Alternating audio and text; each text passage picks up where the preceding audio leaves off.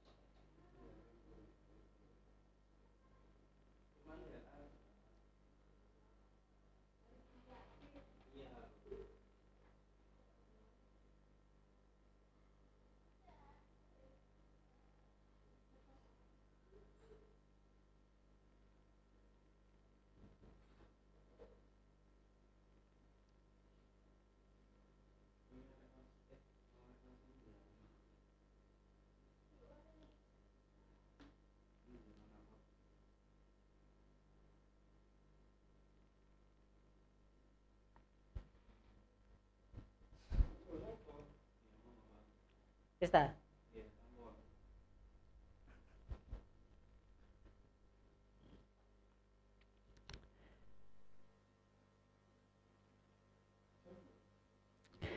Assalamualaikum warahmatullahi wabarakatuh. Bismillahirrahmanirrahim.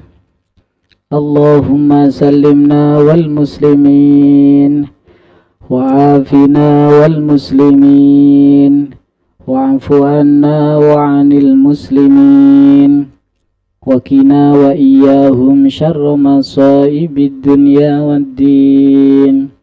Allahumma rzuqna fahman nabiyyin wa hifdzal mursalin wa ilhamal malaikatil muqarrabin birahmatika ya arhamar rahimin. Ila hadratin Nabil Mustafa Rasulullah Sayyidina Muhammadin sallallahu alaihi wasallam wa alihi washabihi thumma ila jami' hadrati ikhwanihi minal anbiya wal mursalin wal awliya wa syuhada was salihin wa sahbati wa tabi'in ulama ila abdul sanifin jami'il malaikatil muqarrabin jami' masyayikhina hadrati mu'allif hadiyat lahumul fatihah.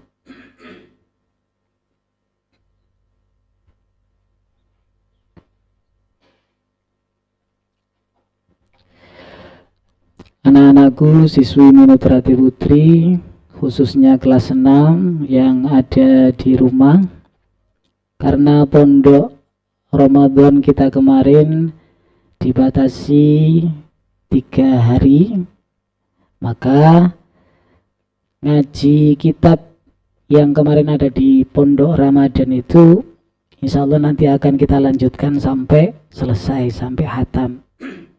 Mulai dari pengajian kitab Wasiatul Mustafa sama Pak Pur, kemudian nanti dilanjutkan dengan pengajian kitab Mabadiul Fiqih juz 2 dengan Bu Nino kemarin, nanti dilanjutkan ngaji kitab Halala dengan Pak Agus, kemudian nanti ada tahsin Al-Quran dengan Pak Ebit, dan insya Allah nanti juga akan ada tambahan pengajian kitab dengan Pak Mail. Insya Allah nanti kitabnya adalah kitab Ayyuhal Walad. Dengan harapan mudah-mudahan selama anak-anak di rumah bisa mendapatkan tambahan ilmu untuk mengisi bulan Ramadan ini. Mudah-mudahan apa yang nanti akan kita terima semuanya diberikan hidayah oleh Allah Subhanahu wa Ta'ala. Apa yang kita lakukan selama bulan Ramadan ini semuanya diterima oleh Allah Subhanahu wa Ta'ala. Amin ya rabbal alamin. Silakan anak-anak di rumah dibuka kitab Halalanya halaman 5. Kita lanjutkan yang kemarin. Bismillahirrahmanirrahim. Uqaddimu ustadhi ala nafsi walidi wa inna lani min walidil fadlu wasyaraf. Disiki ingsun ing guru ngareke ing bapak, senajan oleh ingsun kamulian sangka bapak. Uqaddimu disiaken sapa ingsun ustadhi ing guru ingsun ala nafsi walidi ngarekaken ing atase awake wong tuwa ingsun. Saya mendahulukan guru saya daripada orang tua saya sendiri. Wa innala senajan nomor kole ni ing ingsun min walidi saking wong tua ingsun al-fadlu opo keutamaan wasyarafu tegese kemulianan. Meskipun saya mendapatkan keutamaan dan kemuliaan dari orang tua saya sendiri. Nadam ini menjelaskan betapa pentingnya kedudukan seorang guru, bahkan mengalahkan kedudukan dari orang tua kita sendiri. Kita diperintahkan untuk benar-benar menghormati terhadap guru, mengalahkan derajatnya orang tua kita sendiri. Sebab guru itu bertanggung jawab penuh atas pendidikan dan penyucian jiwa anak didiknya. Untuk orang tua kita sendiri adalah orang yang bertanggung jawab atas kelahiran dan pertumbuhan fisik anaknya. Maka artinya jiwa itu lebih berharga daripada tubuh. Sebagaimana kalau diumpamakan mutiara itu jauh lebih berharga daripada cangkangnya itu sendiri. Jadi yang ada di dalam diri kita, jiwa kita, karakter kita, pendidikan kita, ilmu kita itu seperti sebuah mutiara.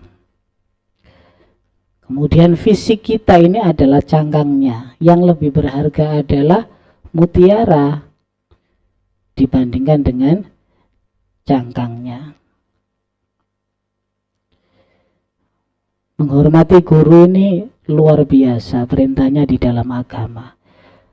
Pak Agus dulu masih ingat ada cerita ketika saya masih mondok dulu.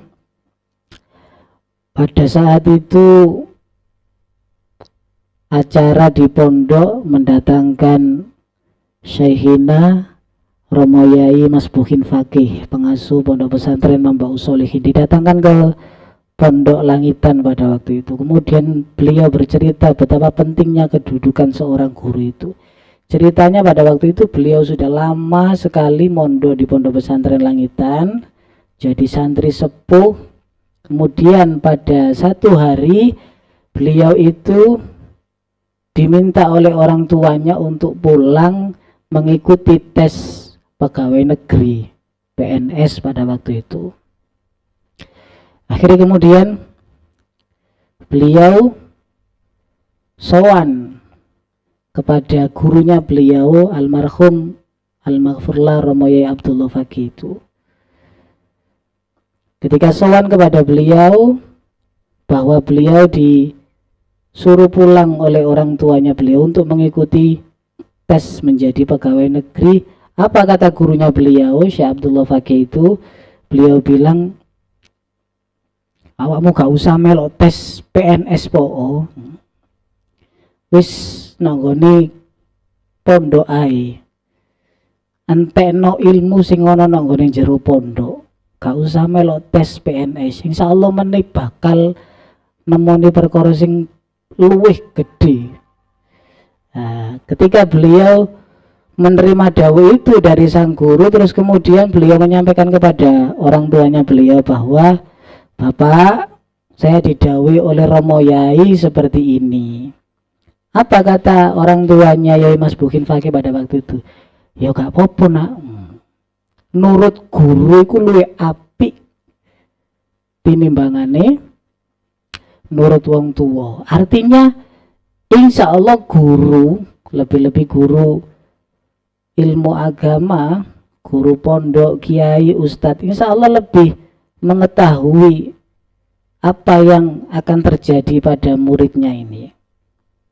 Kalau orang tua, ya ada yang memang punya kemampuan seperti itu, seperti guru tadi itu. Tapi rata-rata orang tua itu taunya hanya sebatas luarannya anaknya saja, jobone anake wae, tapi sing sak mestine karaktere, pendidikane, masa depane anake, insyaallah sing luwih paham, sing luwih ngerti iku gurune. Ya beliau akhirnya tidak berangkat untuk mengikuti tes PNS tadi itu, dan kita bisa mengetahui bersama saat ini betapa besarnya pondok pesantren Mambaul Sholihin itu ya. Santri ini wakeh, pondoknya gede, wis terkenal luar biasa, sudah mendirikan rumah sakit juga, dan lain sebagainya, dan lain sebagainya. Bayangkan seandainya pada waktu itu Romo Yai Mas Buhin Fakih tetap mengikuti tes PNS, kemudian lulus menjadi PNS, mengikuti arahan orang tua, ya mungkin sampai saat ini nggak ada yang namanya pondok pesantren Mambaul Sholihin. Nah, itu manfaat ikut terhadap arahan guru, insya Allah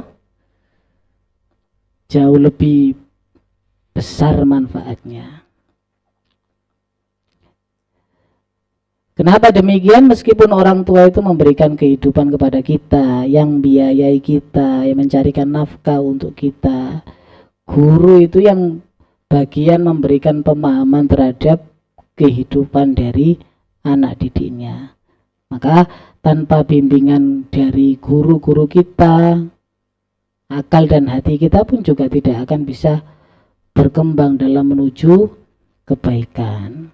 Kita tahu sendiri seperti Imam Syafi'i, gurunya Imam Syafi'i itu adalah Imam Malik.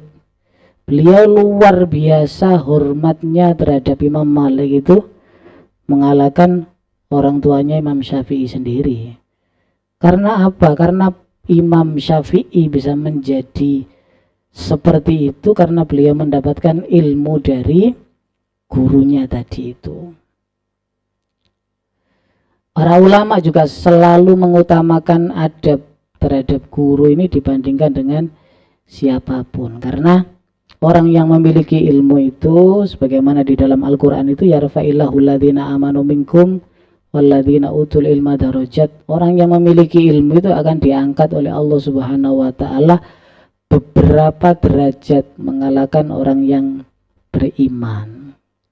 Berarti orang yang punya ilmu, guru itu memiliki kedudukan yang lebih tinggi dibandingkan orang yang tidak punya ilmu. Syukur-syukur kalau orang tuanya memiliki ilmu, ya berarti bisa mendidik jiwanya, hatinya, juga bisa memberikan penghidupan terhadap fisik dari anaknya itu sendiri. Nah, guru ini adalah sumber dari ilmu, sehingga nanti guru itu memiliki derajat yang tingginya luar biasa. Bahkan salah satu misi utamanya Rasulullah Muhammad SAW diutus untuk kita semuanya itu ya sebagai pengajar. Innama bu'istu mu'alliman, kata Rasulullah. Innama bu'istu mu'alliman. Aku ini diutus adalah sebagai seorang guru, sebagai seorang pengajar. Maka pekerjaan guru ini adalah pekerjaan para nabi sebenarnya. Jadi kono ceritanya nabi ku terus gak ngajar, ngono ndak. Semua nabi itu adalah pengajar. Semua nabi itu adalah guru. Sebab semua nabi itu memberikan ilmu, memberikan wawasan, memberikan pengetahuan yang benar terhadap umatnya untuk mengenal Allah, untuk mendekatkan diri kepada Allah, agar bisa selamat sampai nanti ketika di akhirat. Karena tugas mengajar itu adalah tugas yang sangat mulia, tugas yang sangat mulia. Nabi Muhammad Shallallahu Alaihi Wasallam pernah juga dawuh, laisa min ummati man lam yuwakir kabirona walam yarham sohirona. Tidak termasuk umatku orang yang tidak bisa yuwakir kabirona, tidak bisa mengagungkan terhadap orang tua kita, orang-orang tua kita, walam yarham sohirona, dan tidak bisa menyayangi yang lebih muda, yang lebih kecil. Artinya yang lebih tua, apalagi yang memiliki ilmu seperti guru-guru kita, itu sangat patut, sangat layak sekali untuk dihormati. Dan yang kecil-kecil juga harus disayangi. Maka yang termasuk umatnya Rasulullah yang diakui sebagai umatnya Nabi Muhammad SAW itu adalah orang yang bisa menghormati yang lebih tua dan bisa menyayangi yang lebih muda. Fadzaka mongko utawi mengkono-mengkono ustadi murabbir ruhi iku wong kang didik ruh. Guru itu adalah murabbir ruhi, orang yang mendidik ruh. Bukan hanya sekedar muallim, tapi murabbi, bukan hanya sekedar sebagai muallim, pengajar, tapi juga murabbi, pendidik, pembimbing roh kita. Apa bedanya antara pengajar dengan pendidik? Beda.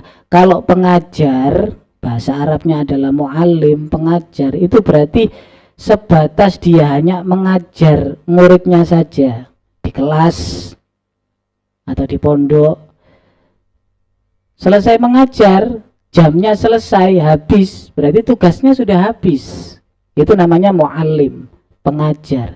Tetapi kalau pendidik, bukan hanya dia menyampaikan ilmunya di kelas, bukan hanya dia menyampaikan ilmunya di pondok, tapi setelah itu nanti dia juga masih memiliki tanggung jawab kepada murid-muridnya itu untuk diawasi, dibimbing, diarahkan, kemudian dikasih tahu kalau hal ini ketika dilakukan itu salah, nggak boleh, harusnya seperti ini. Itu namanya murabbi. Ya, beda ya. Beda. Jadi kalau guru-guru pondok dulu istilahnya adalah pendidik, murabbi. Ada perkataan ulama itu, laulal murabbi ma'araftu rabbi.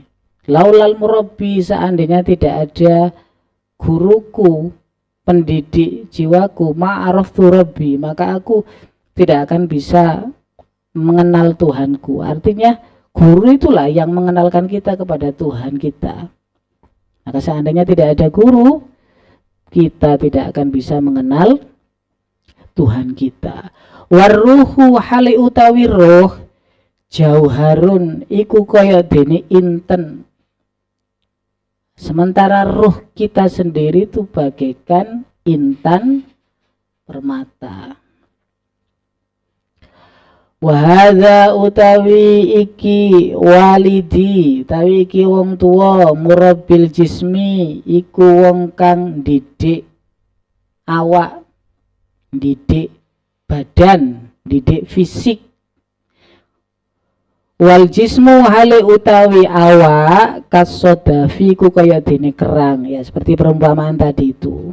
Memang penting, cangkang itu penting, kulit kerang itu penting untuk melindungi apa yang ada di dalamnya. Tetapi yang dicari orang itu ketika mencari kerang bukan kok kulitnya, yang dicari adalah isinya. Tetapi isi itu tidak akan bisa selamat, tidak akan bisa bagus, tidak akan utuh kecuali dilindungi dengan cangkang yang kuat. Berarti dua-duanya memiliki peran yang penting antara orang tua dengan guru.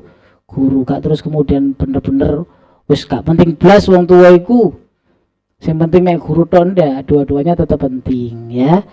Anak-anakku jangan disalahpahami bahwa dua-duanya tetap penting. Orang tua juga penting, guru juga penting, tapi yang lebih penting dalam hal memberikan pemahaman terhadap ilmu kehidupan yang bisa menyelamatkan nanti sampai di akhirat bertemu dengan Allah Subhanahu wa taala itu adalah bimbingan guru.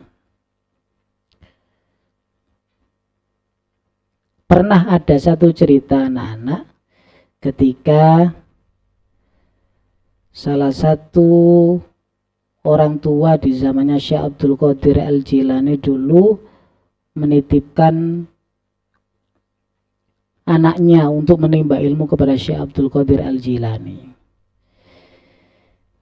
Nah, si anak ini dititipkan, disuruh mondok menimba ilmu kepada Syekh Abdul Qadir Al-Jilani dengan harapan mudah-mudahan anaknya nanti itu bisa menjadi orang yang alim, memiliki kedalaman ilmu yang luar biasa seperti sang wali Syekh Abdul Qadir Al-Jilani.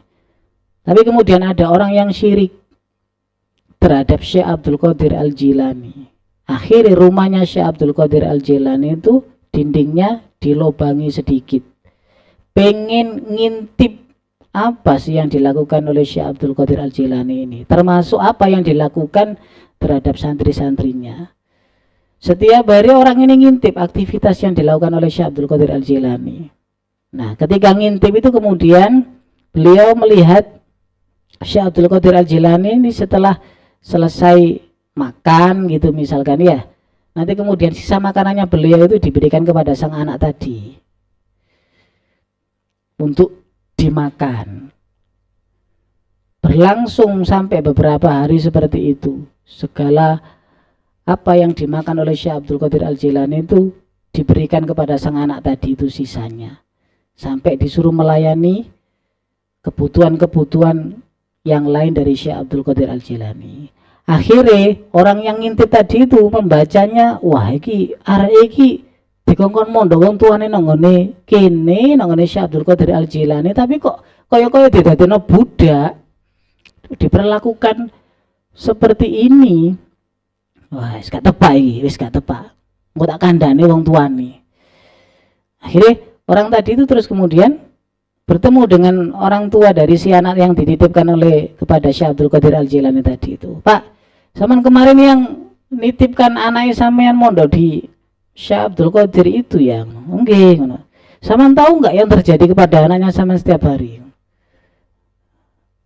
Ya saya nggak tahu. Saya tahunya ya anak saya menimba ilmu kepada beliau, ngaji kepada beliau, dan mudah-mudahan nanti jadi orang yang alim. Oh, salah besar persangkaan sama itu, Pak. Anake sampeyan nggone omahe Syekh Abdul Qadir Al-Jilani nggih, sama tak kandhani ya. Anake sampeyan iku nggone kono ku wis kaya-kaya didadekno babu karo Syekh Abdul Qadir.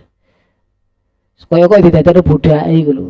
Bahkan kaya-kaya modele hewan peliharaan nih, Pak, kaya kucing ya, Pak. Nek Syekh Abdul Qadir Al-Jilani mari mangan ayam ngono ya. Iku sisane iku dikeno anake sampeyan. Dikon mangan. Saman nonggone omah mosok tahu dah. Saman mangan terus sisane saman kok mangan anak sampean. Oh gak tahu, Pak. Duh, saman nonggone omah karo anake dhewe gak tahu. Iku nonggone Syekh Abdul Qadir Al-Jilani dikon mangan sisane, Pak. Kaya ngono. Wah, ya apa iki? Wis tak paranane ae, tak jukuki ae anakku. Wis gak sida mondok nonggone kono ae. Akhirnya si bapak tadi itu kemudian datang kepada Syekh Abdul Qadir Al-Jilani. Syekh, saya dapat kabar seperti ini. Saya mau ngajak anak saya pulang saja. Wong saya ini tujuannya menitipkan anak saya di sini ini supaya anak saya bisa menimba ilmu, bisa alim seperti panjenengan lah. Di sini saya kok dapat kabar anak saya diperlakukan seperti ini. Wis tak bawa pulang aja anak saya. Ketika anaknya dibawa pulang di tengah perjalanan, anaknya itu kemudian bilang kepada orang tuanya, Bapak, saya sudah bisa ilmu ini,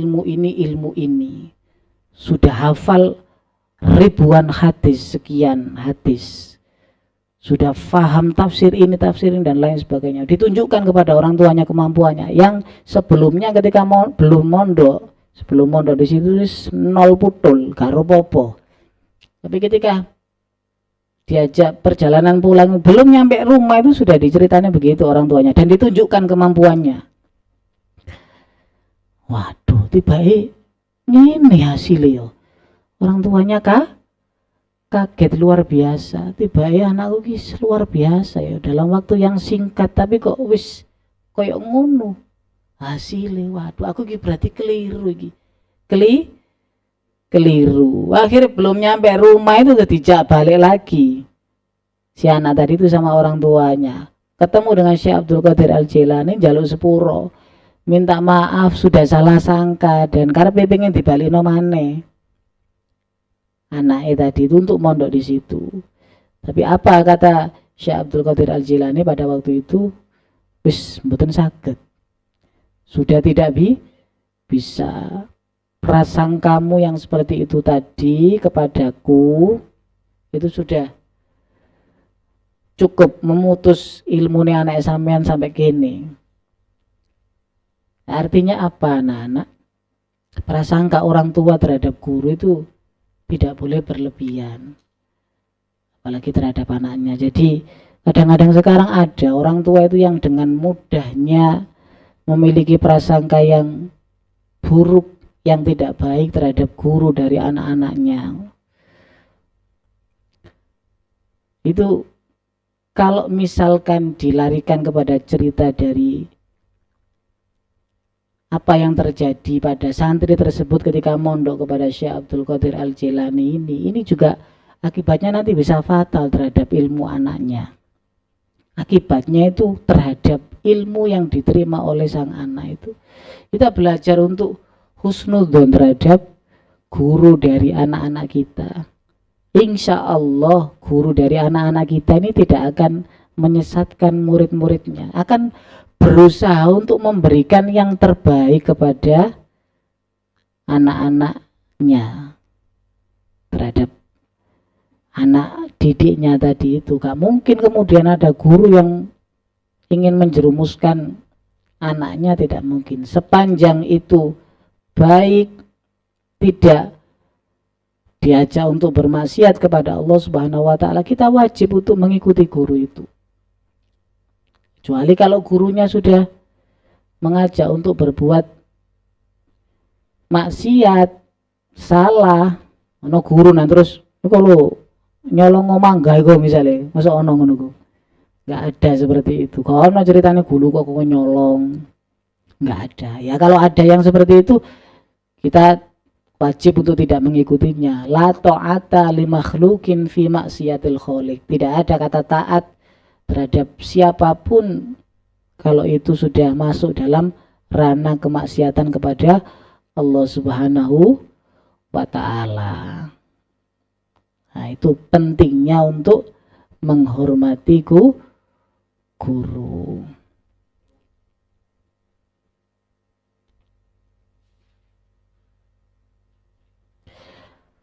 Ra'aitu ahaqqal haqqi haqqal muallimi wa aujabahu hifdhan ala kulli muslimin. Ra'aitu ningali sapa ingsun ahaqqal haqqi ing luwe hake perkara kang hak, haqqal muallimi ing hake wong kang mulang, guru, wong kang ngajar. Wa ujabahu lan luwe wajibe al-haq hifdzon apane den reksane ala kulli muslimin ing atase saben-saben wong Islam. Saya melihat lebih berhaknya hak adalah haknya seorang guru. Jadi kalau ada sesuatu yang hak, maka yang lebih berhak itu adalah haknya seorang guru, yang harus dipenuhi itu hanya seorang guru. Wa aujabahu hifdzan ala kulli muslimin, dan lebih wajib dilaksanakan atas setiap orang Islam tadi itu adalah haknya seorang guru. Syair ini berarti menekankan bahwa hak seorang guru itu adalah hak yang paling tinggi setelah haknya Allah dan Rasulullah. Berarti haknya Allah dipenuhi, haknya Rasulullah dipenuhi, kemudian setelah itu urutan yang ketiga adalah haknya seorang guru. Maka Seorang muslim, orang Islam wajib menghormati dan menjaga hak gurunya, karena ilmu yang diberikan oleh guru tadi adalah jalan menuju keselamatan di dunia dan di akhirat. Saking hormati terhadap guru itu, kita pernah tahu, pernah dengar bersama cerita dari Imam Syafi'i juga. Itu beliau saking hormati terhadap gurunya beliau, Imam Malik. Beliau itu nggak berani berjalan di belakangnya Imam Malik kalau jalannya tadi itu sampai menginjak bayangan dari si guru. Jadi ngencik wayangannya, menginjak bayangannya gurunya beliau itu loh. Imam Syafi'i itu gak berani. Saking ngoponi, saking menghormati terhadap gurunya tadi itu. Bukan menginjak sarungnya, bukan menginjak kakinya, menginjak bayangannya beliau loh. Ngincik bayangannya tok itu loh, gak wani, wis diangku gak sopan. Kalau sekarang yang kita temui kan tidak. Yo. Pernah diajar diulang karo gurune tahun-tahunan, barang dadi alumni papasan ketemu karo gurune ya seolah-olah wis gak kenal. Apa nembiyen tau dihukum karo gurune misalnya, seolah-olah wis gak kenal, koyok ada dendam kesumat yang tidak bisa terselesaikan ngono lho modele. Ya ndak boleh seperti itu ya. Ndak boleh. Yang namanya guru selama-lamanya adalah guru, murabbir ruhi, orang yang mendidik roh kita, jiwa kita. Kita berusaha betul untuk menghormati guru. Mas ini guru ya gak njaluk dihormati. Kok kok terus nek kapan aku liwat, awakmu aja disi aku. Aku iki guru, nek kapan aku liwat, awakmu aja disi aku. Awakmu kudu mandek, kudu sodok nunduk, assalamualaikum. Ya, guru tidak ada yang menyuruh seperti itu, tapi itu sudah menjadi kewajiban kita. Nah, sekarang yang viral-viral di TikTok itu ada kata-kata feodalisme. Nah, di dunia pesantren itu sekarang terjadi feodalisme, dari dulu sampai sekarang itu terjadi feodalisme. Apa feodalisme itu? Perbudakan, dianggap perbudakan. Ono santri, nah terus kemudian nunduk nyucup tangane kiai ini, nata sandal kiai ini, bahkan ketika kiainya selesai ngaji, selesai jamaah, terus kemudian ditunggui di depannya, nanti biar bisa jadi pegangan sama kiainya, seolah-olah menjadi tongkat hidup mengantar beliau sampai nang dalam. Ngono ku diarani perbudakan karo wong-wong sing gak seneng karo dunia pesantren. Nek kepengin ditakoni apa guru karo kiai niku njaluk dikonokno ngongkon ngono, ndak. Tetapi itu sudah menjadi kewajiban bagi seorang murid terhadap gurunya. Salah satu wujud dari mengagungkan guru itu ya seperti itu tadi. Dan itu sudah lumrah kita lakukan dulu di pesantren. Pak Agus ini pernah tinggal di Madura itu selama 7 tahun. Jadi kalau misalnya dibanding carane menghormat santri Madura dengan carane menghormat santri Jawa itu beda. Kalau boleh dikatakan luweh nemen oleh menghormat santri Madura nanggone kiai ini, nanggone punya ini daripada santri Jawa. Ini bukan membanding-bandingkan, tapi memang orang Madura itu sangat menjunjung tinggi sekali adab terhadap gurunya. Kita kalau santri di Jawa mungkin ketika mau sowan atau papasan dengan kiainya, dengan punyainya, paling nunduk sedikit, kemudian sungkem cium tangannya beliau. Kalau santri di Madura itu malah jauh lebih dari itu. Kiai ini sih nonggone kono, waduh, punya ini barang sih nonggone kono atau iki wis jalan sambil duduk. Jadi jalan sambil duduk. Gak merangkak, enggak jalan sambil duduk. Saking oleh menghormati kiai ini seperti itu. Sandalnya kadang sudah dilepas di belakang sana. saking ngormati gurunya tadi itu, sampai seperti itu. Dulu juga ketika Romo Yai Mas Bukin Fakih, pengasuh pondok pesantren Mbak Usolihin itu masih sehat-sehatnya beliau, ketika saya masih ada di pondok dulu, saya menyaksikan sendiri beliau itu ketika sowan ke kiainya, ke dalam kiainya, mulai masuk gerbang itu sandalnya sudah dilepas di depan gerbang depan sana. Terus nanti nggak lewat di jalan lurus gerbang yang depannya dalam itu, nggak muter di jalan sebelah depannya kantin-kantin itu, sudah nggak pakai sandal sampai nanti notok di depan dalemi gurunya beliau, kiainya beliau, saking oleh menghormati gurunya itu seperti itu. Bukan hanya ketika ada orangnya, ketemu dengan orangnya, bahkan lewat di depan rumahnya beliau itu loh,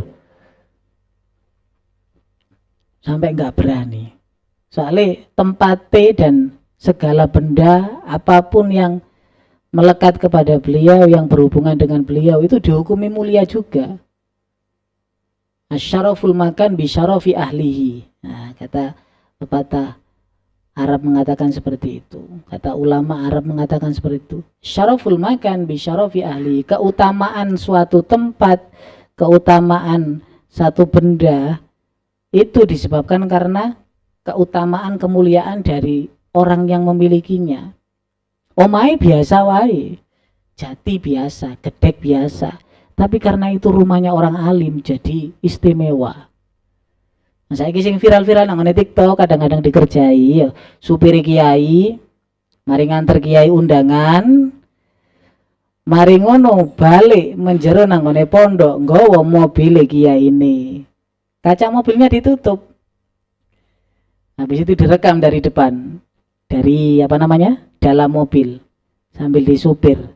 Santrinya yang ada di sepanjang jalan di sekitar pondok itu semuanya berhenti sambil nunduk, karena santri-santri itu tahu bahwa yang lewat itu adalah mobilnya sang kiainya. Gak ero pada hasil nang jero supir kiai, gak ono kiai ini, itu terus dikai konten arek-arek ngirane nang jero iki ono kiai, padahal iki aku supire. Barang pas nyampe depan gerbang, kemudian keluar supirnya kiai, wah kena prank semuanya, sak pondok, santri lanang santri wedok kena prank semuanya. Tiba sih nang jero mang kang santri wan khodame beliau yang jadi supir itu bukan kiai, tapi para santri menghormati kiai itu bukan hanya ketika ada beliau saja, bukan ke orangnya tok, tapi sak mobilnya melok dihormati. Asyaraful makan bisyarafi ahlihi. Keutamaan satu tempat, keutamaan satu barang itu ya ikut jadi mulia, jadi utama disebabkan karena keutamaan dari pemiliknya. Mudah-mudahan pengajian singkat kitab Al-Ala ini bisa memberikan manfaat kepada kita semuanya. Kurang lebihnya mohon maaf. Wallahul muwaffiq ila aqwamit thoriq. Assalamualaikum warahmatullahi wabarakatuh.